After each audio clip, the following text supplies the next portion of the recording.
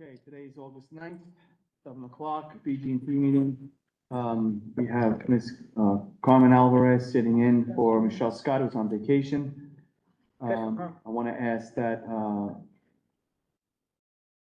Katie Fabiano read the minutes from this meeting at the board meeting, the next board meeting, because I won't be here, I'll be on vacation.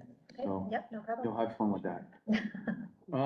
Okay, the first item on the agenda is the golf range clubhouse conversion for special services. We had discussed in the previous meeting that we wanted to take the special services from a leased building and move it to the golf course. And we wanted to also use that to park some buses. Jerry, any new information? Yes, so following that meeting, we arranged a site visit with representatives from the architect, the Group Architecture, Rich Alderiso and Kelly Glasgow, as well as Marietta Ruella, explored the space. One thing to note on this is not an educational building, so it does not require that we go through all the steps as we do for a school with long-range facilities plan modifications and so on. It's a typical commercial construction project. So the first thing we needed was for Rich and Kelly to look at it and say, does this meet the criteria code-wise? Is the building zone proper? All those kind of things. They said yes. We then had Ms. Ruella talk about her program, needs, how many people she would be there, and whether or not she thought the building could be renovated for her needs. She concurred. As I reported out, I think in the last year or so, we've had some vandalism over there. At one point, someone came in and smashed windows in. The building has been sitting idle for about 5 years too, so you can imagine it needs a bit of an overhaul. And I guess the major thing that Rich and Kelly pointed out is it does not meet current handicap code in terms of accessibility to the building, so we'd have to do something with some ramps outside. The toilet room does not meet ADA standards, which would be a requirement. So all in all, it does require some renovation and updating, but as I indicated before, I think the vast majority of it could be done in-house, as we've done with other stopgap projects. And if the committee would like, we'll continue down this path. So the time frame works for us that we could get Rich and his team. We'll bring in Edwards Engineering from the civil side to handle the handicap parking access and so on the exterior. We'll get plans together for local permitting, and then. So we have to do all that before you can give us an estimate of what all the work would cost. Correct. But you're pretty confident that the work that we need to do there would be absolutely cheaper than what that new lease would cost us. It will come in under the. Okay, that's the important part, to save money. That's the reason. Because it's why. almost $10,000 a month. They've already let us know that's gonna be almost $10,000 a Right, month. so as long as the renovation comes in under That's ridiculous. 120,000, it's logical because Absolutely. now that's our building. We never have And to it's, worry and about it. it is ours, and we should be using it. And then what about the bus parking? Do we have to pave any areas at that location for the buses to So park? it's a or- sizable lot there. It's not in the greatest shape. I would suggest that we do just patch repair in some areas where the buses are gonna be due, and maybe an overlay in the area where we're gonna have to put in a ramp and handicap accessible And what parking. about the employee parking? That should be, That's the section Okay. that we would upgrade for handicap. and our compliance. architect will give us a price for all that stuff. They'll put together the schedule, so, and then we'll get pricing for it. All right, sounds good. Very- I'm it's very for getting, definitely moving forward with this. Mhm. It's logical to save Yep. money. Definitely. So I guess we put that in for approval? Mhm. Okay. I can talk on the next one. Next one I can talk. Second item is the There's no- annual integrated pest management No. program preview. No, that's him. I have the Review. It's the TV. TV studio. Bob. Yeah, he hasn't updated it. You haven't- Oh, no, There you go. nobody told me about that. Okay, well. So the next is TV book. Okay, I'm sorry. No, don't be Missing silly. one. I spoke with him and we added some things. Oh, Some things that I was actually handling, although we directly worked together, I was handling it and it was shared in my confidentials and I wanted to bring it forth at the committee. that's no good. Anyway, all right, number two is the TV Yes. studio broadcast server. We had also discussed that last. Yes. Right. So, at this time, I went ahead and I added, some information to the board so that you'd all be aware. What happened was Mr. Moraldo reached out to, I believe, I had it, I can give you the exact person's name. I brought it with me.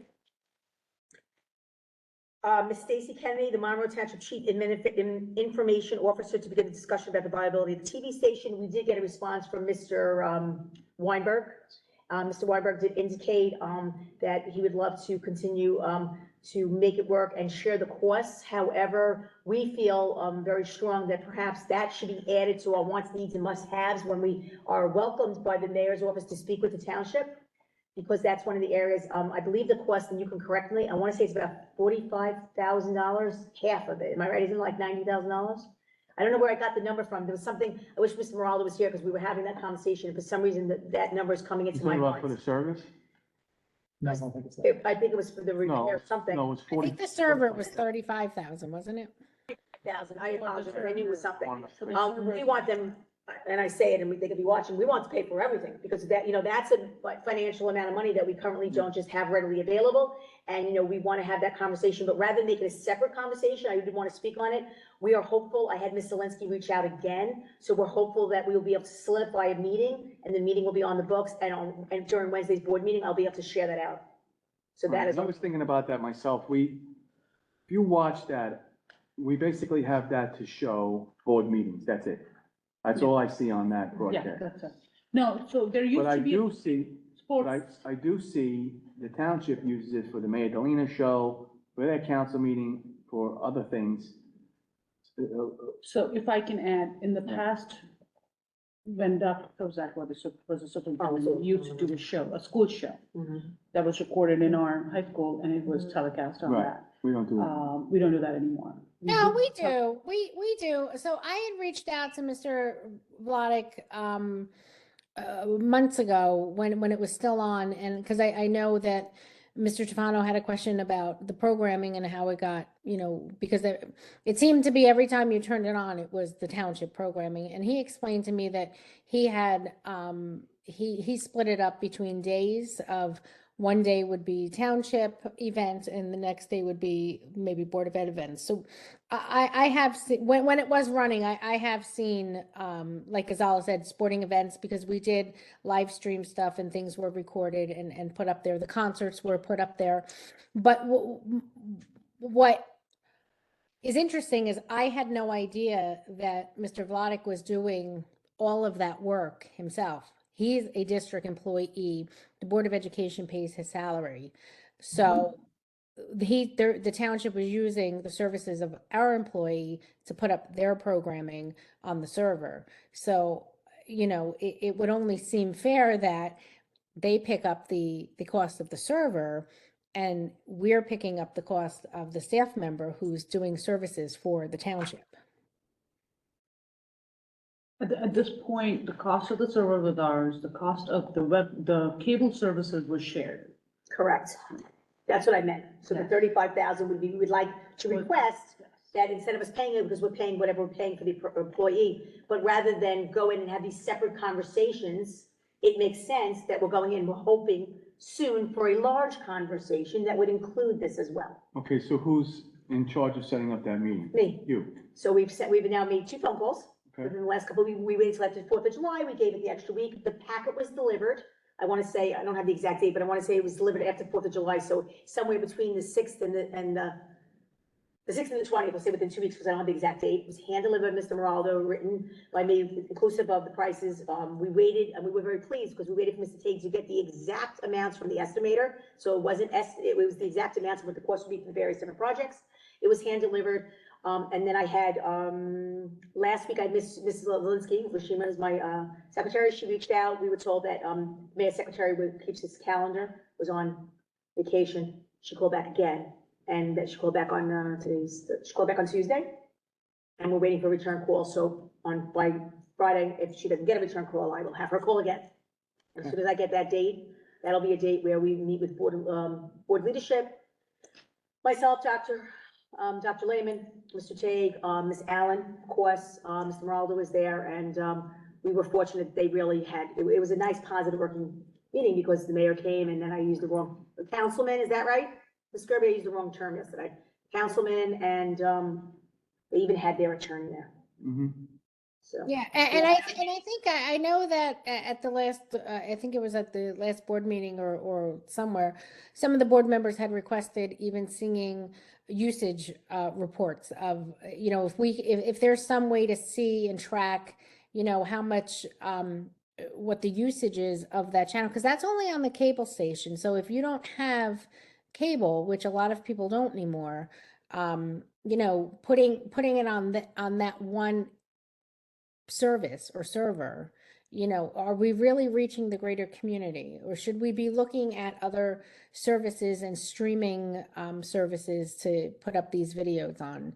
I think that's something that, you know, that is, before we go and we spend any type of money on it or ask the town to spend any type of money on it, I think we really need to look at, you know, who is utilizing that cable station anymore?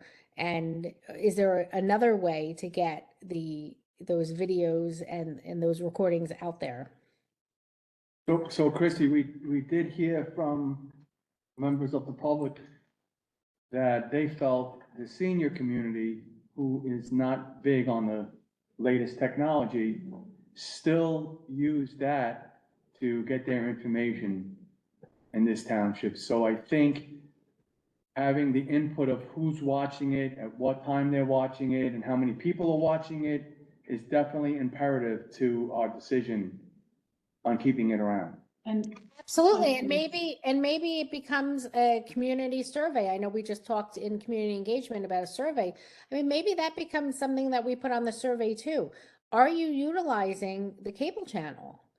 Because, like I said, a lot of people have moved away from cable. If you have FiOS, if you have Streaming services. Yeah. any of it, you know, it's if you have to have the cable and access to that channel, it's one channel. So, you know, we put all this money and all this time and all this effort into it, but who is it really reaching? And you know, yeah, I know we had, you know, a member of the public come up and ask about it, absolutely. And I don't want to, you know, ignore that request, but I think it's a bigger item that we have to look into before we start putting money out there for it is yeah, who's using it and exactly what you said, Pete, at what times and what programming and what are they looking for? I think if I can, Mr. Stefano, Yes, I'm sorry. to what Chris is saying, community survey does not get as many responses as, I think we're still paying for the streaming service with the cable provider. Right. I don't think that has been discontinued. So if we still have an account, they will be the right people to give us the usage data. And that would. So I can go be more to- accurate. Wait. Maybe- Mrs. Alvarez? Yeah, she can finish. She did. You finished. That's what I just had a question, is this advertised on our website? This channel? No, I don't remember seeing no, it. it's, No. So we may want to consider that. it's a community Right. page, which everybody has access to on their cable, if you have Xfinity. Because maybe some people don't even know it's there. Yeah, so all the programming is on, if you click on to watch our recordings of our meetings, it brings you to the PEG channel, and that is online, and every single program through the township and through the Board of Education is listed on there online. So anyone who has access to the internet could go on and watch any of the programming from that. And that, I think they use that to feed what is put up on that server to be broadcast then on the cable channel. So you can access it with an internet connection as well, not just by having a Not cable. the cable channel, but everything that's recorded is up on that channel. So if you click our recordings and you go into like the top left-hand corner and click on PEG channel, it then pulls you up into another screen, and it has by folders, by date. So it has like Board of Education, and then it has all of the schools listed. It has board meetings. You could search it up by date, and all the recordings of everything is on there. You can see the concerts, you can see graduation, and that's all the same programming that they would put on the cable channel.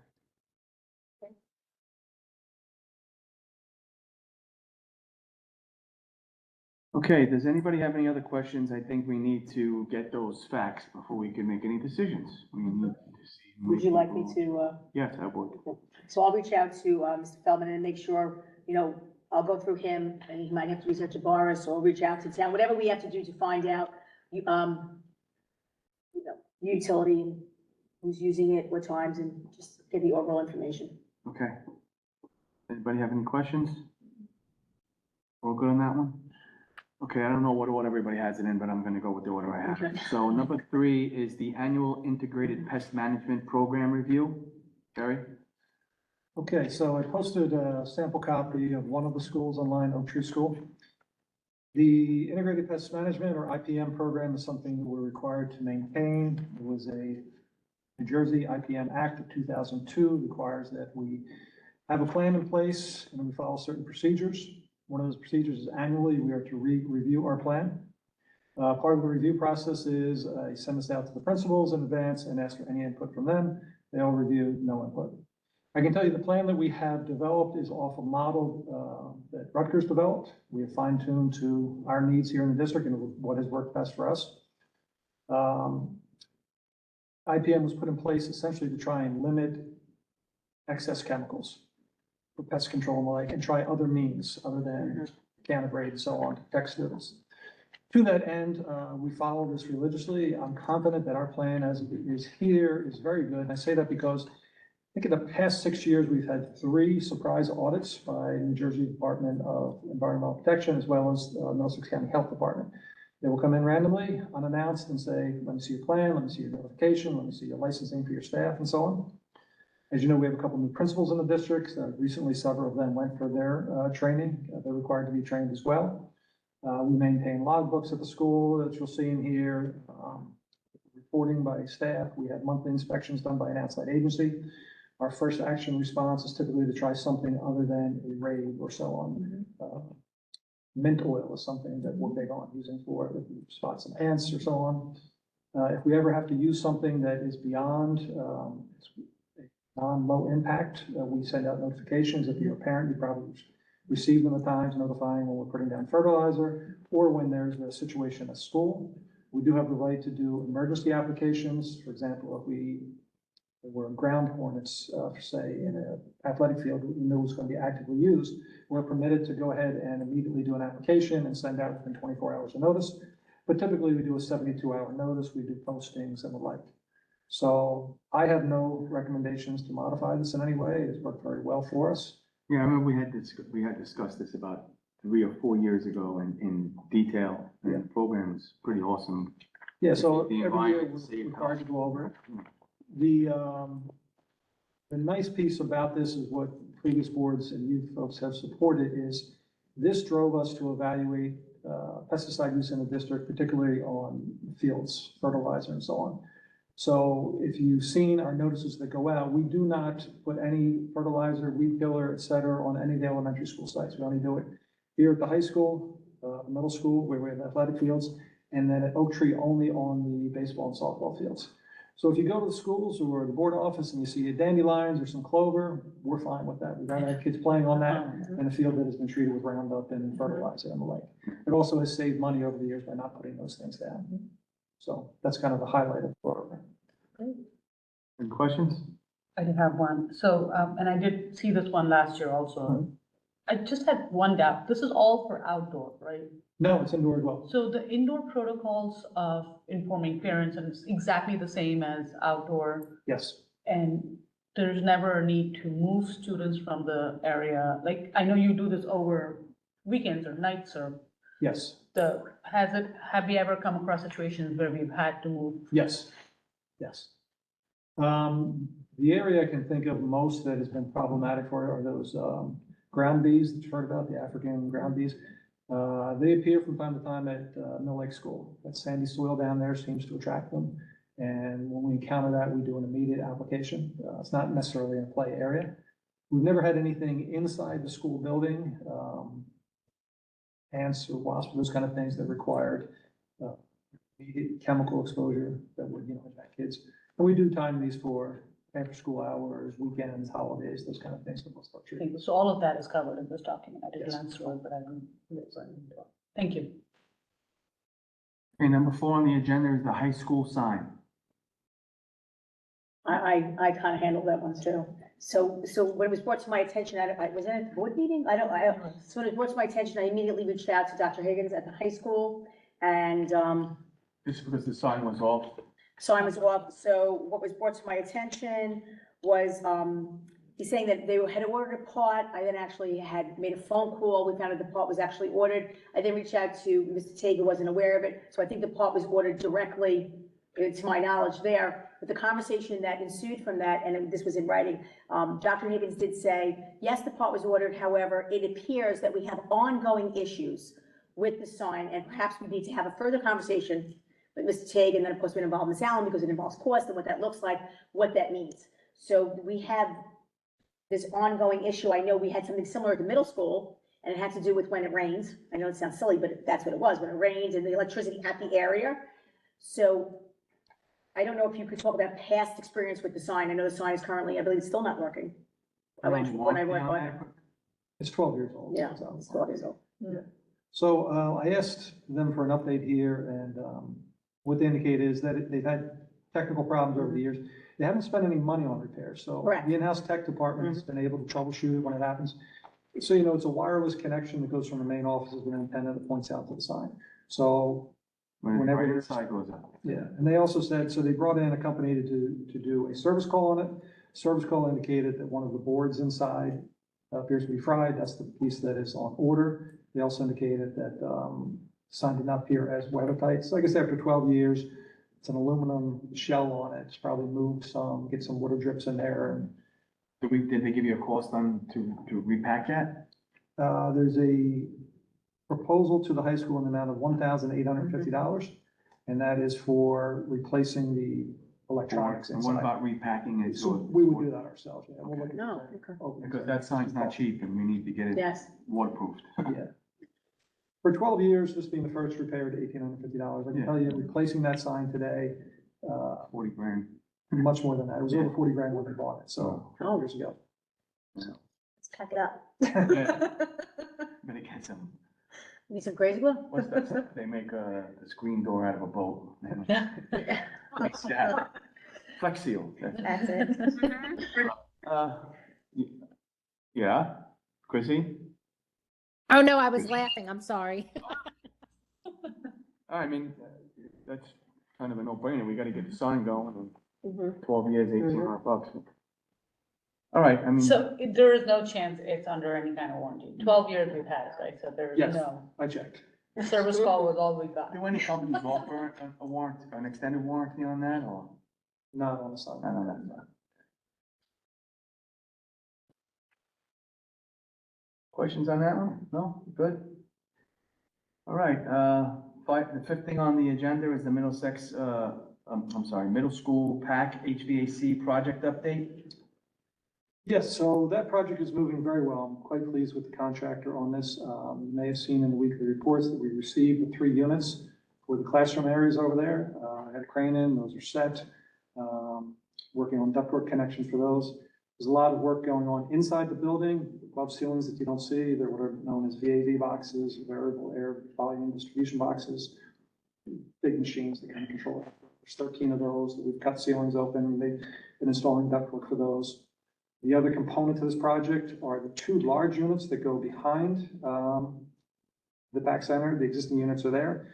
The new units that are coming in are longer than the existing units, so we have to have concrete pads extended. So that's what we've been working on this week.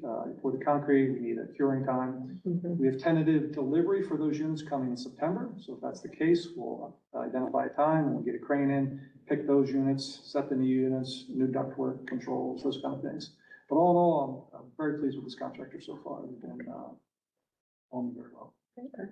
So the positive is, for the start of school, the classroom space, the instructional space will have air conditioning. Thank you. And if I remember correctly, we did not know if we would be able to meet that timeline, right? With the delivery and all the uncertainty. So this is great news. Yes, they came in.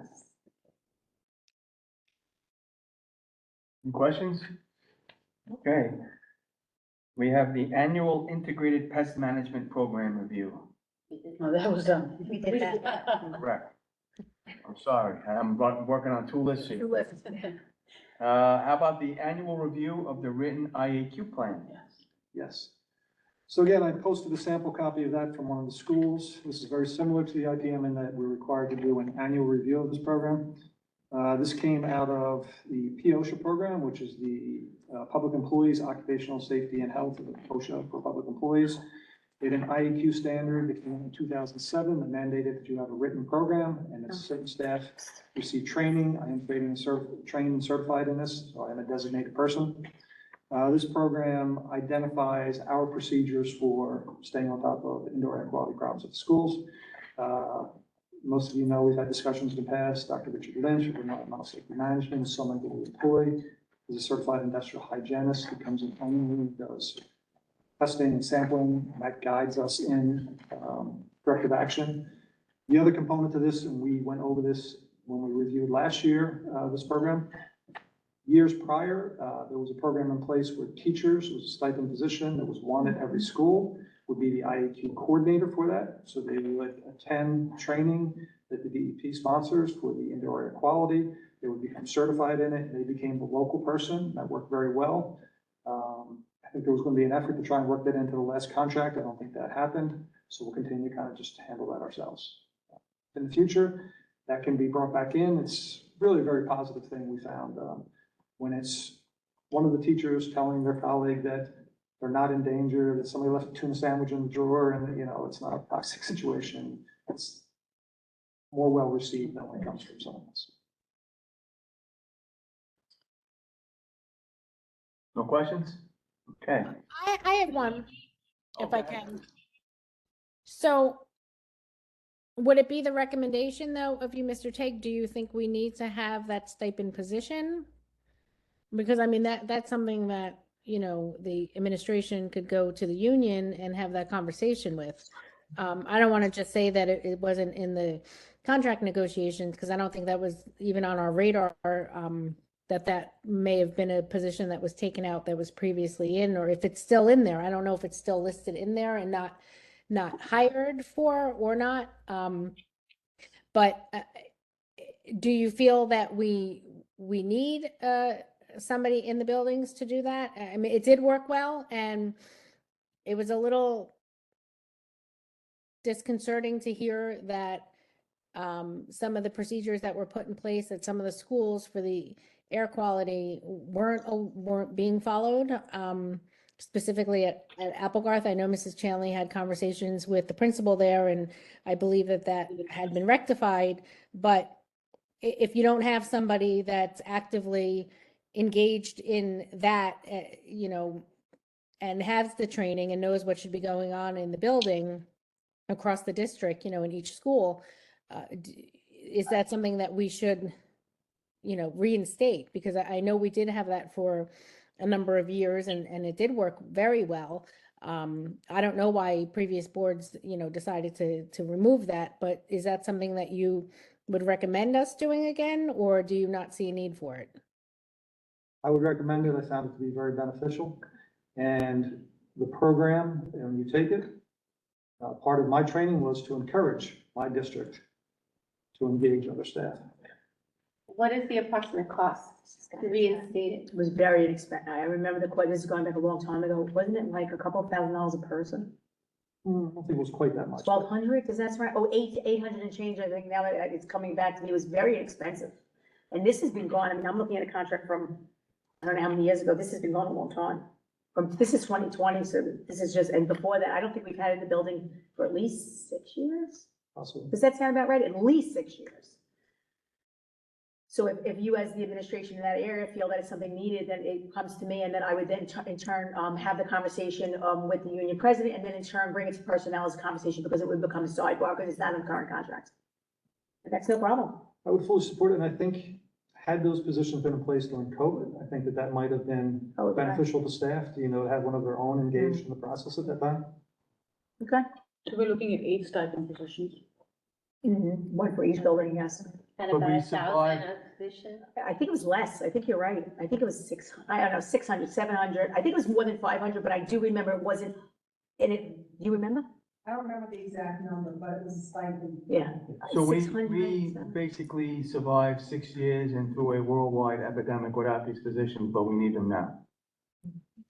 I think of course, we survive anything, but I will give you an example of what happened. So we have a monthly faculty liaison meeting where they have an opportunity to go to their principals, and then in turn, when they're done with the principals, with whatever the concerns would be, it's supposed to be contract-based but it's not. It's any and every issue, and of course, we entertain them because we want our staff to feel heard.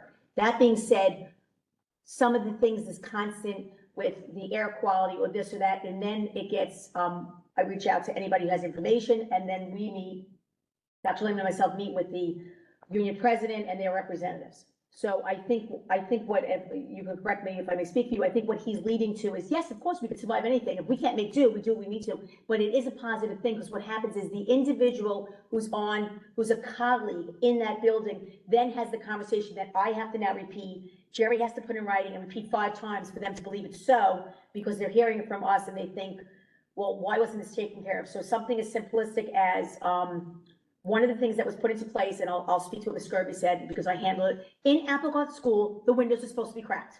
That's it. It's not if, ands, or buts. One of the things that came out of the situation from many years ago was we cracked the windows. Well, not So- cracked, open. Yeah, but I don't think it have to be, isn't it only a couple inches? No, it has to be open enough to let air flow through, because the problem at Applegarth is that the air is not, the HVAC system is antiquated and old and needs to be replaced, and it's not circulating. So when you don't have proper airflow through the class and the doors are shut and the windows are closed, it had a buildup of carbon dioxide, not monoxide, dioxide. And dioxide, yeah, Say it again. Not monoxide. It's Exactly. spelled a lot different. right. So, And that was something that was put in place by recommendations of Dr. Lynch back when Applegarth became the elementary school. That there was, that it was uncovered, there was uncovered about the lead in the water that has been rectified. A lot of things got uncovered when Applegarth was opening up as the elementary school that was not addressed for many, many years. And one of that was the air quality. So yeah, the windows are supposed to be opened. I don't know exactly how much, but that was in Dr. Lynch's plan.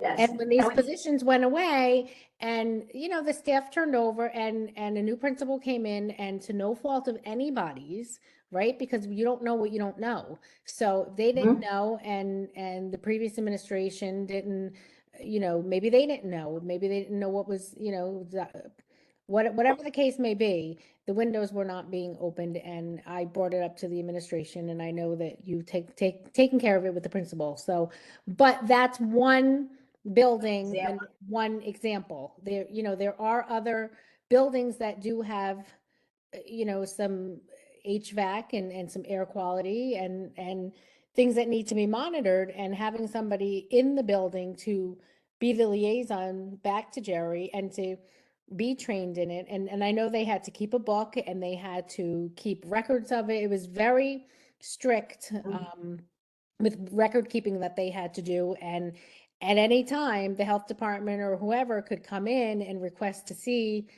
that information, and they would walk the building and see if we were adhering to, what was supposed to be in place.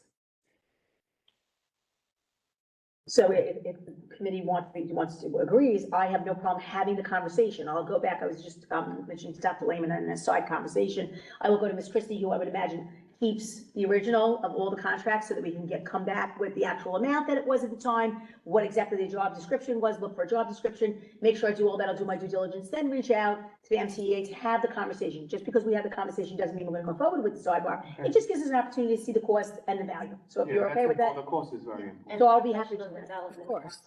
Do it. exactly, training and so forth, if there's any cost with training. I have no problem taking that. I can work with Mr. Teague as well regarding the training and what the overall cost would be, and then have the conversation. We can have the conversation, doesn't mean it needs to come to fruition, but at least we're doing our due diligence. So for the new stipend position, whatever work they'll be doing as, air quality control, Coordinator, overseer. would take away something that currently your department is doing? Yes, so when there's an incident, myself and my department are. Right, so is there any, I don't know if there's any savings there, we're taking away work from one department and distributing it between. Is that even a math? I know. Oh, any savings probably, no, I don't understand what you're saying, no, like I try to do when we move things around. No, I mean, it's just the workload, and it's also not the attention, he's excellent with attention, but it's very different, no matter how good he is, he's one person, he's all over the district or in central office. It's very different than walking into someone's classroom and saying, Oh my goodness, I have a little bit of a concern. It is a very, just by Well, nature, the by reason- venue of location of the teachers being in the buildings that they're overseeing. Look me in. Yeah. I think you would see some cost savings. There are some instances where an individual through the MTA raises a concern that they feel needs to go to Dr. Lynch, which we then pay Dr. Lynch to investigate. Whereas when there's an Sure. internal So maybe coordinator it's there, who's their colleague, who question. they understand, There is gonna be. it doesn't some- reach that level. So maybe it could be. Okay. I will do my due diligence and bring it back. Yep, that's what has to be done. All right, any other questions on that subject? Now, the one that we all been waiting for. Snow Not removal? really. Snow No, removal? no. Snow removal. We will have no more snow until I'm Ain't done. Speaking about that in August. Okay, Jerry. So this is just simply to alert you to the fact that I'll be going out to bid for the snow removal contract. We've been under contract for the last 3 years with Garden Irrigation. They received the contract the first year. We renewed for 2 consecutive years, which we are entitled to do, and required to rebid the process. So that's what we will be doing. Yeah, I'm sorry to interrupt you, but have we reached out to the township? They have that beautiful truck we all paid for. I don't see why they can't help us out with our schools, save us some money. Did we reach out to anybody in the town and see if they I believe can? that's on the list. That is on the list. Okay. We have a lovely Make sure list. Somebody's got it on the list. We have, oh, it's on the list.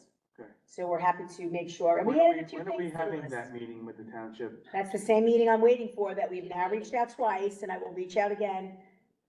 I do feel I would like to say that I feel confident, maybe because I'm being recorded and they're watching it, I feel confident that I'm sure we'll get a return phone call once the secretary is able to have the conversation about, and, we are very accommodating with our schedules, aren't we, Mr. Take? So whatever they tell us, we will make it work.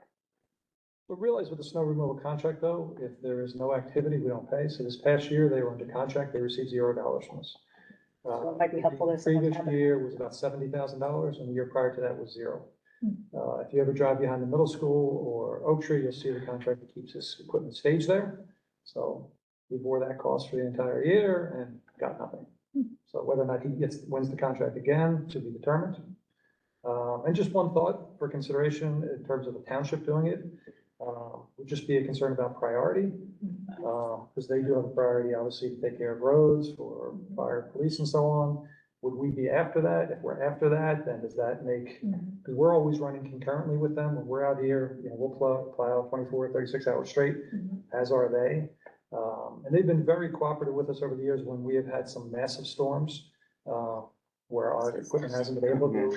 Road department at certain times has run their trucks through and helped in that regard.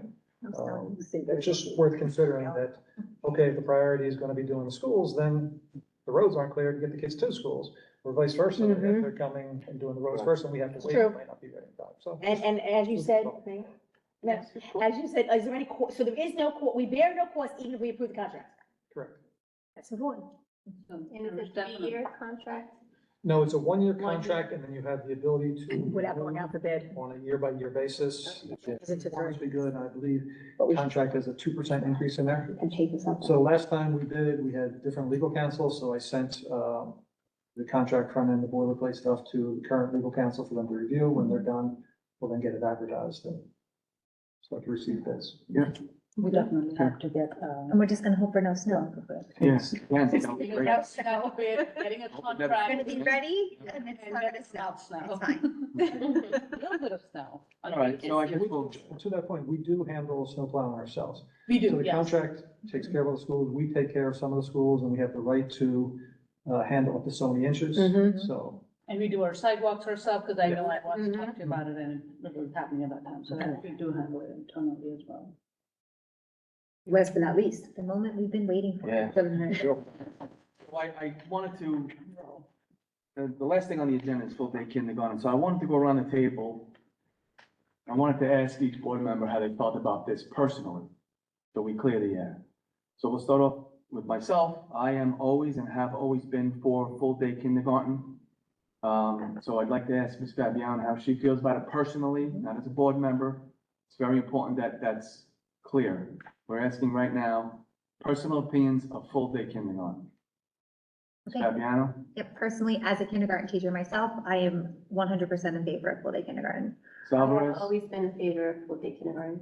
Ms. Bora? The reason I'm saying here is because full day kindergarten, when it was brought to vote, failed, and that's how I started coming to these board meetings, to say, why are we not doing it again? So Ms. Skirby? that says it all. Ms. Skirby? Yes, absolutely in favor of increasing education at any grade level. So a full day kindergarten, yes. With that said, I think we have a lot to discuss with how we implement it. That was my next thing. Now, I wanted everybody to give their personal opinion so we could all be on the same page where we all want something here. We all think it's great on this committee. Now we have to discuss what we're elected to do, which is, can we afford it? Do we have the room? And then, of course, we have to put it out to vote, Correct. because that's what we did the last time where it failed. So I just Also, want. it could be a second question. I already- Valid. Yeah, I've already looked at it. Absolutely, I've already absolutely. looked into it. I think we're all on the same page where we're gonna do whatever we can to implement this, Mhm. Okay. if it could be done. Yeah. So I just wanted to have the air clear here, okay? So I'll let whoever wants to speak on, speak I'll on. be happy to. So, we've already had conversations, Dr. Lehman and myself, and I, actually had a conversation with Mr. Tague about timing, and I had a conversation with Ms. Allen. So we know that we have an April vote, and we talked about the concept of a second question. And then I went to Mr. Tague and said, timing wise, what would be involved financially? Because one of the conversations we had earlier, just the conversation, and Dr. Lehman did a great job on this, is what are we looking at staffing wise?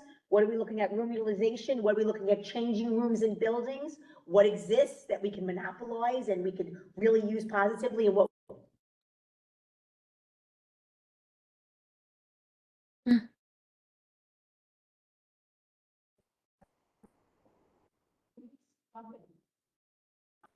So one of these.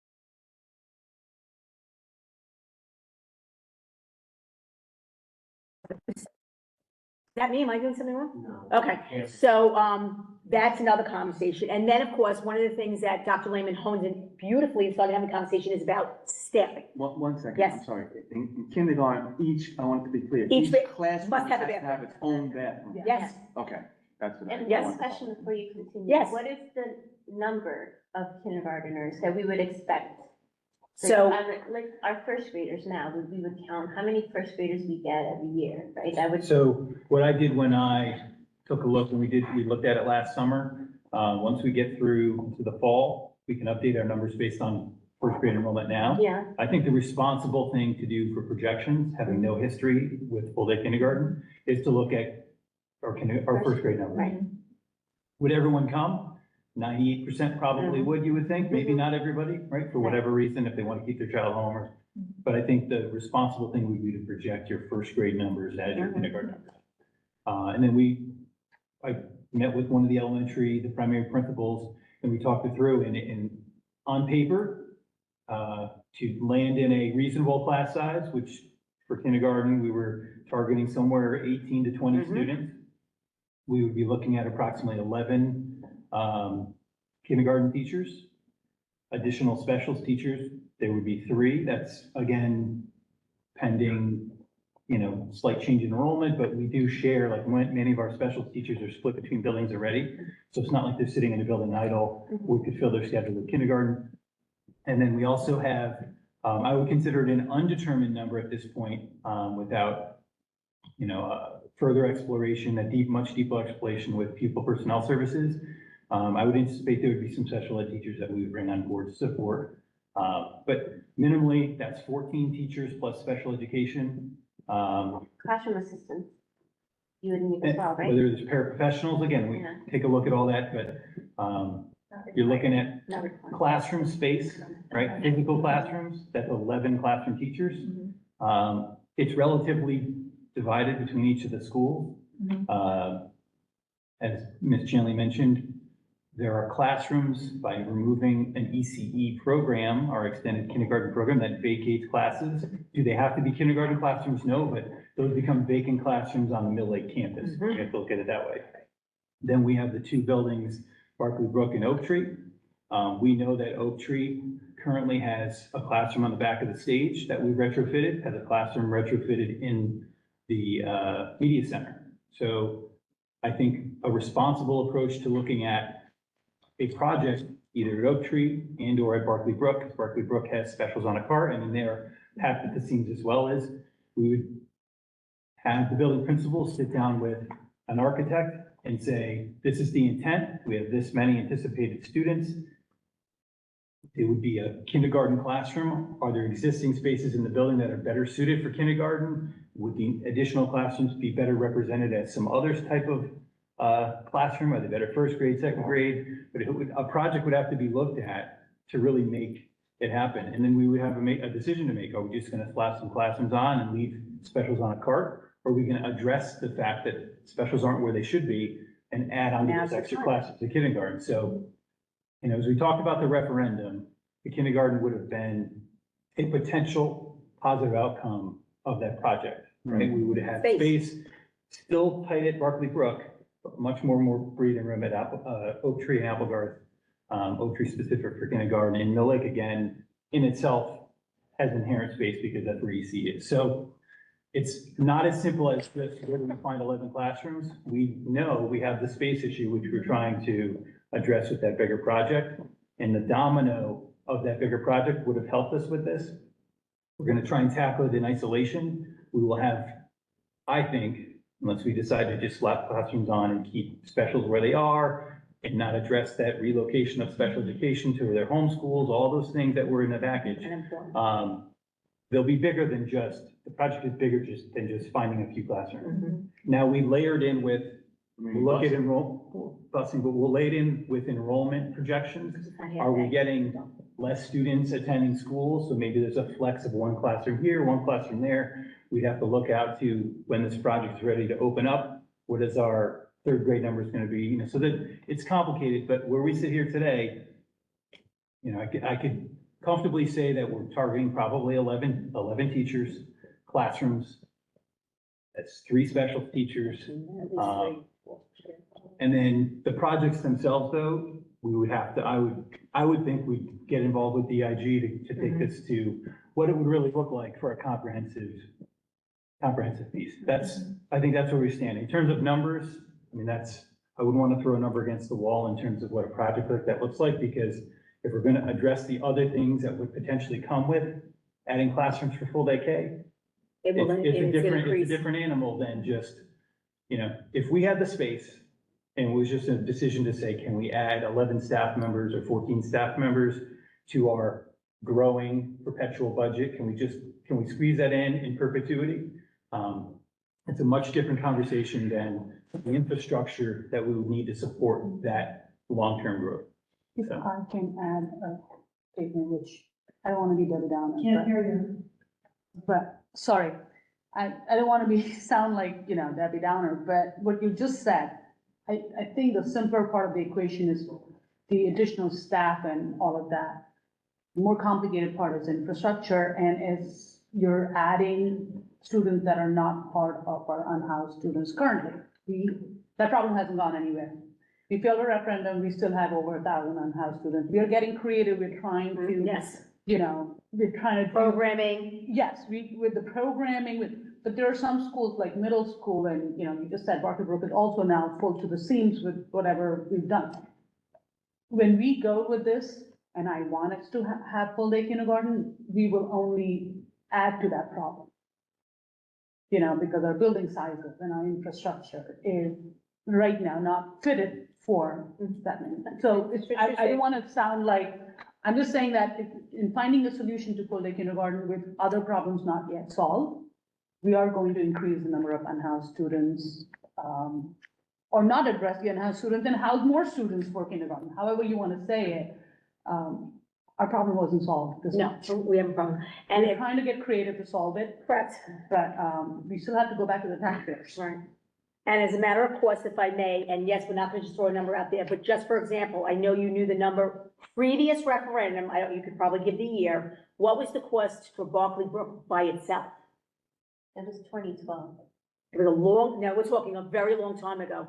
You gave me the cost, someone actually gave me the cost to add on to, it was millions of dollars to add on to Barkley Brook. It was part of the referendum cost. 2012, there's nothing. I believe so. Kindergarten, 2012 was when they When went we for failed full the day rule, kindergarten. yes. Yes, that's the second question, yes. there was a Big cost changes. associated with Barkley Brook, if I'm not mistaken. There I was- don't recall a question with Barkley Brook. Question. So- That was So a we- question saying, So one of the projects we Okay, looked yeah. at some point, Okay, I knew there was something, I had this conversation. looking at referenda projects, there was discussion about addition to Barkley Brook Thank you. and Brookside Okay, in terms of being able to house the elementary. correct. Yes. And it was And, millions. and Brooks, Barkley Brook had a trailer extension Correct. onto one of its wings right now, so the project was related to pretty much memorializing and replacing those trailers, which were gone already, with a permanent structure. I don't know that it aligns with whether we need 4 there, 6 there, 8 there, 2 classrooms there, but there was some preliminary work looking at that, because it is near wetlands, so I think there was a whole Well, bunch of. that's why I think I want to bring it up, because I think when we talk money, and I'm not saying we have any dollar amount on this project, but to put into perspective, when I bought a car 13 years ago, and I want to buy a car now, even though I don't want to buy the same car, there's still some concept of money here. So the cost was, So it was in 2020. thank It you. was when the board was considering, should we build a new school, or should we put additions everywhere? Study was done by the architect, schematic designs were done. We're putting regular classrooms, not Yes, kindergarten. And you're in the millions. It's referendum. and I think I wanted to bring this out in the committee because it's important. Maybe we can add this to the Linda Greenstein letter of needs. Mhm. Oh, of course, I can add anything you want to Well, me, but I, We need full-time kindergarten in this township, and I think Linda Greenstein can help us. Would redistricting be an option? Because I know we have some space, but No, would because that the be? kids can't be on that bus. well, It has empty right. classrooms when When it's in the the store. classrooms, the ECE building? we don't really have any, we're not gonna really have, we talked about this, because we actually just had this conversation on Monday. Distance of traveling is not. And not only that, with the redistricting, we talked about, how, would that really alleviate anything because of, you know, when you have the dip, which we're currently having, and then you level off, we started to look at, so one of the things we're doing is we are starting to move our, as we should, because that was part of my show, right? Part of me going out and speaking. We are in the process of already moving one self-contained classroom that goes all the way to Mill Lake, back to Oak Tree to its home school. We're very excited about that. So the one room that we had vacant is gone now, just for example. So every time we have another room vacant, we know that in Brookside, they have no vacant rooms. They actually have 2 classrooms like this in the hallway. Yeah. I visited. So we really don't, I don't think redistricting, and I am not a tomographer, for those that are watching and recording me. I'm not a tomographer, but I don't, I mean, unless you would not agree, the redistricting, we don't have enough open rooms. Even if, When was the last redistricting? that was weird. I have, 15. It's So we been did quite a while. 2, actually. One was the more of a rebalancing, so when we were opening when we opened the high school, obviously there's redistricting there. And then we did what we call a rebalancing, where we tried to shift the population from Oak Tree and Applegarth down to Barkley Brook and Brookside, and those kids further down. It tipped the scales heavier down at this end of town because we knew the growth was coming here, and it's exactly what happened. We were closing in on maybe approaching 800 students at at Oak Tree. Mhm. We did the rebalancing, that dropped drastically. The growth we knew was gonna come eventually came, and it rose back up to level. And we have seen the numbers go down, but they were already unhoused students. So it's not like, well, they went down enough where we no longer have the unhoused students. We still have to work on the plan. We still have to have the conversations of what we're gonna be doing with them. So, I mean, educationally, as At, a- at a short term, so you said, how many teachers? 11 teachers, roughly? just kindergarten teachers. Okay, and approximate, how much of a cost is 11 teachers? Is it Well- 11 additional teachers or just the Yeah. 11 teachers? Well, is it, I would plan on 11 new ones, like if we end up having Like natural 7 attrition here and there, like a you can section move people down. over? But that's, I mean, again, the responsible thing would be to take this as if we're Yeah. gonna roll with our flat enrollment, right? Yep. Or slightly increase like decrease the following year. So it's, a teacher is approximately, and I'm approximating, I'm over approximating to a Approximate, change, right. to say $53,000 without the health insurance.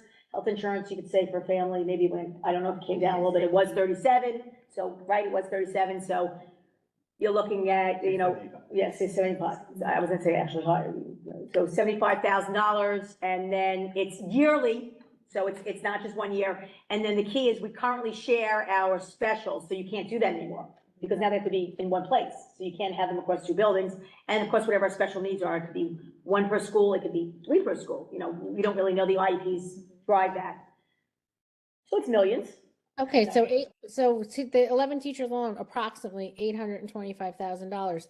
What about the revenue that we bring in from the ECE that we no longer will have? What is that revenue? Let me just- I don't have that number. Yeah, I don't have the number in front of me, I'd have to ask Miss Allen. Because that would be canceling a revenue a Yes, profit center. that is correct. So it's actually, it would be, They're using it for kindergarten. right, we're using it for kindergarten, so that, We were thinking that we could use the EC for preschool as a wraparound for preschool. But if you're gonna use it for classroom We space, can't. that doesn't work. Right. But And then then- you wouldn't lose the revenue if you opened it up as a wraparound preschool program. right, so I want to ask one question, if I may, Mr. Jake, timing wise, if this committee, of course, who speaks then to the board, would make a decision to start, exploring full-day kindergarten. And I had this conversation with Miss Allen, she told me I would probably need to ask you, what would be your time frame? So for April, I know we have deadlines, you know, for April, the way the ballot works and the question, what would be your time frame if the board said, yes, we're on agreement, go forward, for you to come up with estimates? Because like we're just saying millions of, I just wanted the word millions out there, that's why I asked you to say that for the Buckley Brook, but if we did it right and we did it thoughtfully with the conversations we're having here, what would be your time frame to work with? Because it's an I think estimator. you'd be very hard pressed to make April. I mean, it doesn't even sound like you have a concept of how many and where. You have to define that before you can, remember, form follows function. So you got to determine what the function is. What is it 11 classrooms? Where are they located? Are you, as Dr. Lehman said, taking those art and music and folding those in as well? Come up with that first, then engage the architect to do a design services proposal, which takes several months, then LRFP submissions, et cetera, to go for an April referendum. Well, I think at the very least, we could do what was done back in 2012. The question on the question on the ballot that year was, would you want to have a full-day kindergarten program? Would you want the board to use $650,000 of the budget to create a full-day kindergarten program? Because it was money that was that they already had in the budget, and it was, do you want, I pulled it up recently, and it was, I was surprised at the way it was worded, because I didn't remember the exact wording, and then when I reread it, I was like, oh, they weren't even asking, it wasn't even a question of, will you pay more for full-day kindergarten? It was, do you want us to use the money in our budget to create a full-day kindergarten program? And that failed. So maybe if we want to ask the community, maybe it's, you know, would you support increasing, you know, this, you know, creating a full-day kindergarten with and come up with an approximate cost of what it could be? Would you want the board to explore going out and create, you know, however you develop the question, to hire an estimator, go out with a, you know, a study on this that will cost, you know, money? Is that something that the board would be, I mean, that the public would want us to do? And that's where you gauge if the community wants this or not. It overwhelmingly failed when it went out. So I think the responsible thing before we spend any money is to ask the community if they would want us to move forward with full-day kindergarten. I think the important thing to note in the difference between then and now is in 2012, it did not involve a referendum for adding buildings. This component, the way you are right now, you need to add physical buildings. So you need a referendum to do buildings.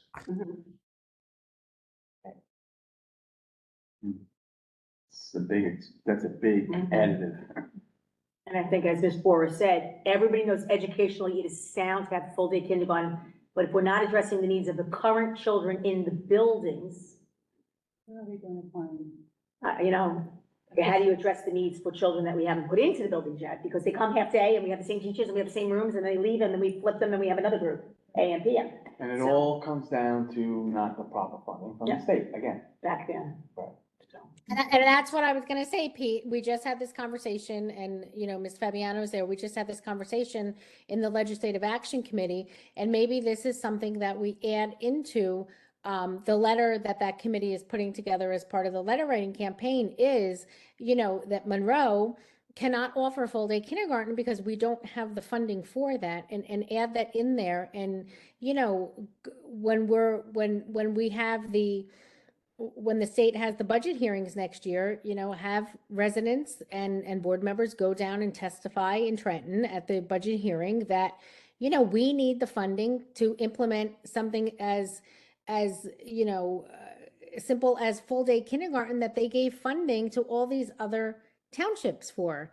They base off the free and reduced lunch percentage of a school district of whether or not they're going to fund full-day kindergarten. And it simply is not fair for a community like Monroe. And that's what really needs to be highlighted, at the state level. If we had the funding coming in like the other districts do, South Brunswick, East Brunswick, even Princeton got funding for full-day kindergarten. And Monroe isn't, because our numbers are free and reduced percentage of free and reduced lunch students aren't high enough. It's absurd. So I think that, that's the problem, is we don't have the money to do like you said, Pete, everybody on this committee, and I'm sure everybody on the board would agree, increasing education at any level is absolutely what you want to do. Chrissy, excuse me, does anybody here have any knowledge of how many other districts in Middlesex County don't offer full-day kindergarten? Do we have In that Middlesex, I mean, I feel like in this, I want to say in the in state. the state? Yeah, we had that, It's only someone had it. There's 10, 12 or 12. 12. Something like that. In the There's entire not- state. We had talked about, Well, that, yeah, we had talked So, about. so does anybody know why those districts don't, is it a funding issue for those districts as well, or they just don't have the population for Right, it? they might be very small. those I think districts. somebody needs to do that research and find out, because I have a feeling. Kate we're had- entitled in this Rather township had that. to a She shared that in one of the meetings, but. free I and, can't remember. a free and fair education. That is that every- Free and appropriate education for all. For all. And if we're not getting that from the state and others are, that's, to me, it's That's discriminatory. why they're talking about preschool Mhm. at state level, because most of the schools have Kindergarten already. kindergarten. Right, and we already. haven't even gotten There's kindergarten. money for preschool out there that's been doled out, but you have to be able to have the program in order for you to receive the funding. And I think you filled out a survey, Mhm. right, for that preschool study Yes. that I think Miss Allen shared with me. Because they were asking to see what we can Right. accommodate here, but we still don't even have the full kindergarten. But they will give us more money for preschool students, because there's money in the budget, the state budget for this preschool So initiative. it's like telling our children they need to run with them and walk them.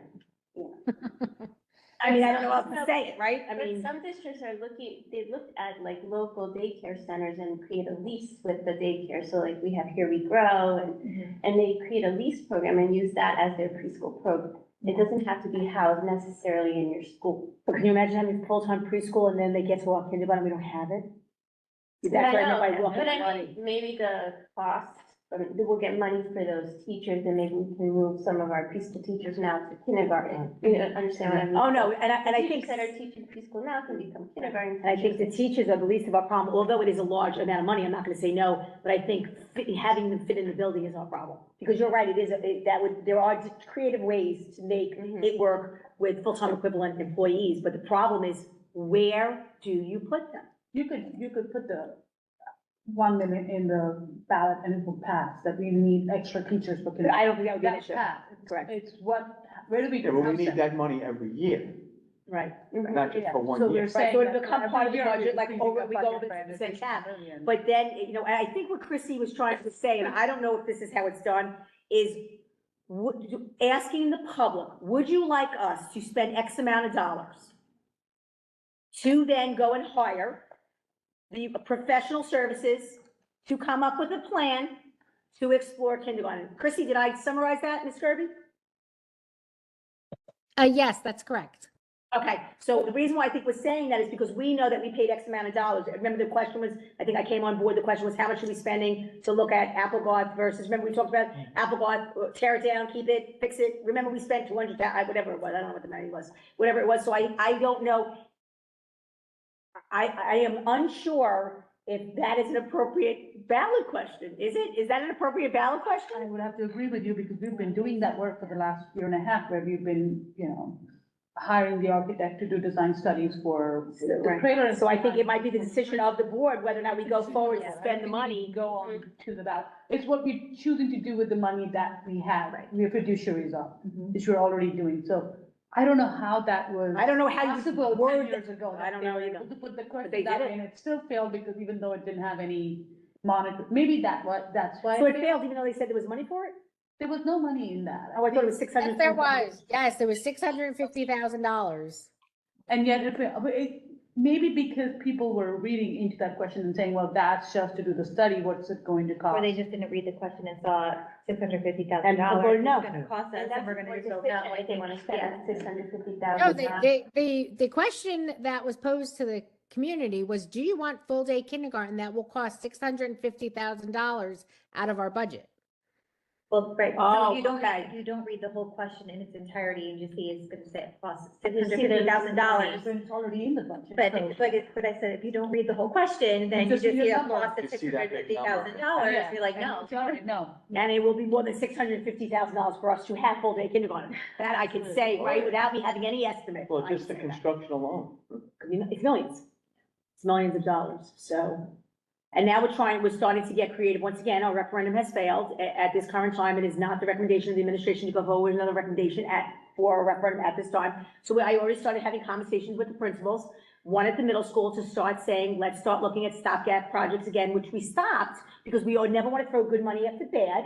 That's why we always talk about the way we do things with the back and everything we were doing, if we were gonna have another cafeteria, start looking at either a new schedule, start looking at what it looks like, start looking at space that we haven't entertained before. And Dr. Eddie said, oh, okay, so we're going there again? I said, we're not saying anything's gonna happen. We're saying, let's start looking at planning for our needs. Because at the current time, there is no recommendation to go out for a referendum. So I just had this conversation 2 days ago because of this type of situation. It's sad, sorry, there's no, we're trying to make. But I will say that even with our unhoused students on the books, we're doing a wonderful job of educating our children, and they're in a safe, Absolutely. happy environment, conducive to all the right things. I guess we can end on that. Our children just deserve. Can we end there? What do you think? Yeah, let's end on that beautiful note she just said. Let's end on. Our children are receiving a On a fabulous, cheerful note that we're doing a fabulous. profile, social, emotional, and academic. Yes. Fabulous. Hey, folks. Thank you. Thank you. you.